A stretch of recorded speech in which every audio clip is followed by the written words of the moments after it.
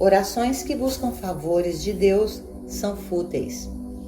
O conceito de Deus que a maioria das pessoas considera é que Deus é um grande poder e que Deus pode superar todos os poderes negativos e errôneos, que Deus pode curar doenças, que Deus poderia, se quisesse, parar uma guerra ou evitar acidentes. Nada disso é verdade. Nada disso é verdade. Isso nos leva à segunda palavra, a segunda pedra de tropeço em nosso progresso, a palavra oração. Enquanto homens e mulheres orarem a Deus para curar os enfermos, dar-lhes suprimentos ou trazer paz à terra, eles estão apenas brincando com bolinhas de gude.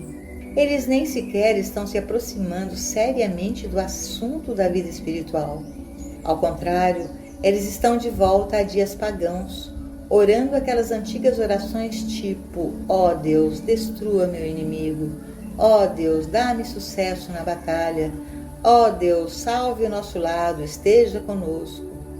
Tudo isso remonta a 2, 3, 4 ou 5 mil anos, aqueles dias em que as pessoas pensavam em Deus como um tipo de super-homem que se sentava no alto de um trono e podia ser convencido a destruir seus inimigos e, ao mesmo tempo, dar-lhes sucesso. Por que sucesso para elas e não para os seus inimigos? Da mesma forma, orações foram proferidas: dê-nos a chuva, pare com muita chuva, dê-nos colheitas, tenhamos peixes mais abundantes em nossas redes, torne o trabalho mais abundante. Orações desse tipo pertencem àqueles dias pagãos em que o conceito de Deus era o de algum tipo de super-homem sentado à espera de ser persuadido a conceder favores.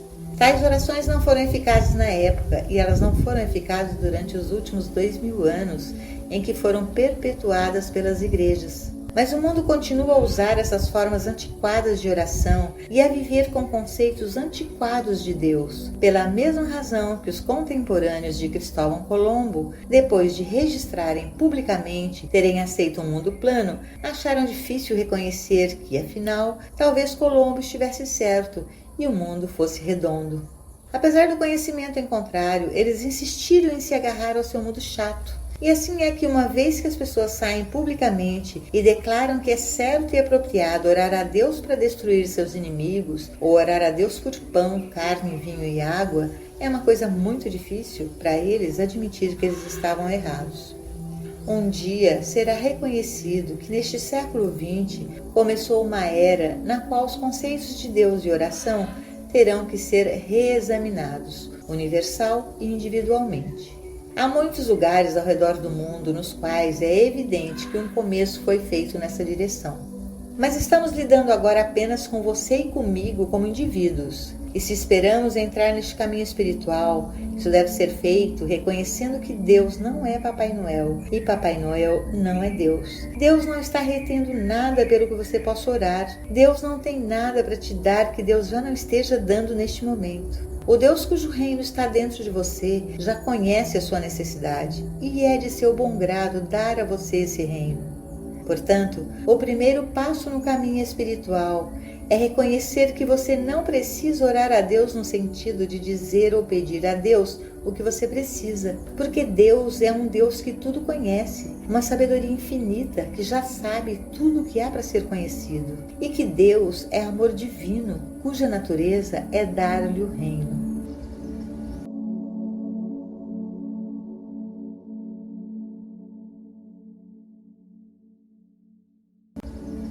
A essência de Deus.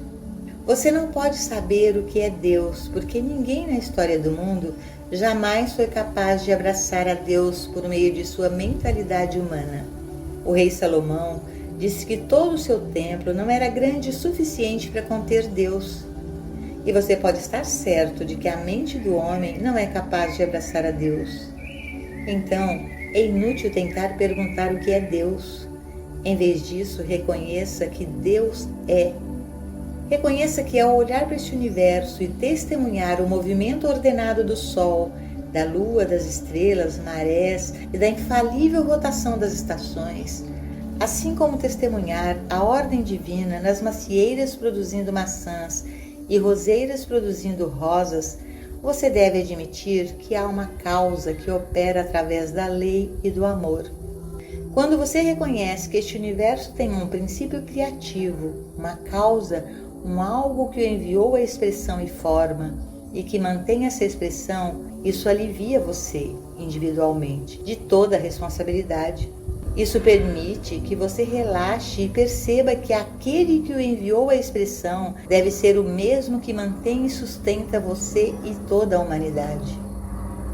Uma vez que você tenha reconhecido que Deus é, e que Deus é aquilo que funciona como lei, como amor e como princípio criador, mantenedor e sustentador, você se libertou de todos os conceitos de Deus e pode repousar nesse reconhecimento. Você pode ter certeza de que aquilo que mantém a integridade de toda a natureza pode manter a integridade de sua vida pessoal e individual. A oração de reconhecimento. A esta altura, você começará a se perguntar: o que aconteceu com o tipo de oração que eu costumava rezar? E você vai perceber que ela se afastou de você. Agora, você saberá que seu reconhecimento de Deus como princípio criativo e de manutenção é uma forma de oração tão alta quanto o homem pode conceber no campo das palavras ou pensamentos. Em outras palavras, reconhecer que existe um algo infinito, embora invisível, reconhecer suas qualidades de inteligência, lei e amor, e reconhecer seu poder como a influência de sustentação, isto é oração. Isto é a oração de reconhecimento. Reconhece-o em todos os teus caminhos e ele endireitará as tuas veredas. Reconheça isto e eventualmente você será elevado a um estado de consciência no qual você orará sem palavras e sem pensamentos, porque depois de ter recebido esta convicção de uma divindade, de uma presença divina, poder, lei e amor, então não existem mais palavras. Você não tem palavras para se dirigir a Ele, mas você veio a perceber que Deus, seja qual for sua natureza ou ser, pode falar com você, revelar-se a você e lhe trazer uma garantia de sua presença, seu poder, sua jurisdição e governo em todas as coisas. Quando você se torna receptivo àquele Deus cujo reino é interior, você chega a um ponto de reconhecimento. O reino de Deus está dentro de mim. Eu não tenho que ir a montanhas sagradas. Eu não tenho que ir a templos sagrados ou cidades sagradas, porque o lugar onde eu estou é terra santa. Com essa garantia, então você pode voltar-se silenciosamente para dentro e perceber: fala, Senhor, porque teu servo escuta. Agora sei que seria loucura a sabedoria humana tentar instruir o divino. Agora sei que seria loucura pedir a Deus por qualquer coisa, como se Deus estivesse se afastando de mim. Sei agora que só preciso ser receptivo e responsivo à graça de Deus, que preciso apenas voltar-me para dentro, esperar e ser paciente, e a presença de Deus se anunciará. E quando Ele proferir a sua voz, a terra se dissolverá. Quando ouço a voz mansa e delicada, as discórdias do sentido humano se dissolvem. Eu sei agora que eu de mim mesmo nada posso fazer. É somente com eu que eu posso trazer a presença e o poder de Deus através da minha consciência e liberá-la neste mundo, para que seja possível dizer à tempestade, como fez o Mestre: paz, aquieta-te, sou eu, não tenhas medo. Independentemente das imagens que se apresentam a você dos pecados, da falta, limitações, injustiças e desigualdades, você não as combate. Você não reza a um Deus para fazer alguma coisa a respeito deles, mas volta-se para dentro, onde percebe que a presença de Deus está dentro de você. E nessa quietude e silêncio você ouve: eu nunca te deixarei, nem te desampararei. Assim como com Moisés, com Abraão e Isaque, Jacó e Jesus, assim eu estou contigo, eu estarei contigo até o fim do mundo. De uma forma ou de outra, você alcançará uma confiança interior de que não está sozinho neste mundo, que não está lutando apenas com seus problemas, mas que é literalmente verdade que aquele que está dentro de você é maior do que aquele que está no mundo e que ele realiza tudo o que lhe é dado fazer. Essas declarações, como meras declarações, não farão nada por você, exceto para servir como lembretes da verdade que realmente são. Existe um Deus dentro de você que é maior que todos os problemas que existem no mundo. Há um Ele que realmente realiza tudo o que lhe é dado para fazer. As passagens escriturísticas ou inspiradoras apenas dão a você confiança para ficar quieto e deixar que Ele entre em expressão, deixar que Ele traga a certeza de que sou eu, não tenhas medo, nunca te deixarei, eu estarei contigo, eu irei adiante de ti para endireitar os caminhos tortos, eu vou antes de ti para preparar mansões. Eu sou o caminho do descanso. Eu sou a verdade. Descanse. Não lutes pelo que comerás, nem pelo que hás de beber, nem por te vestires, porque eu sou a tua comida, o teu vinho e a tua água. Eventualmente, você entenderá que suas orações não foram respondidas porque você estava esperando que Deus lhe mandasse saúde. Isso não pode ser. Deus é a única saúde que existe. E a única maneira de ter saúde é ter Deus. Deus é a saúde do teu semblante.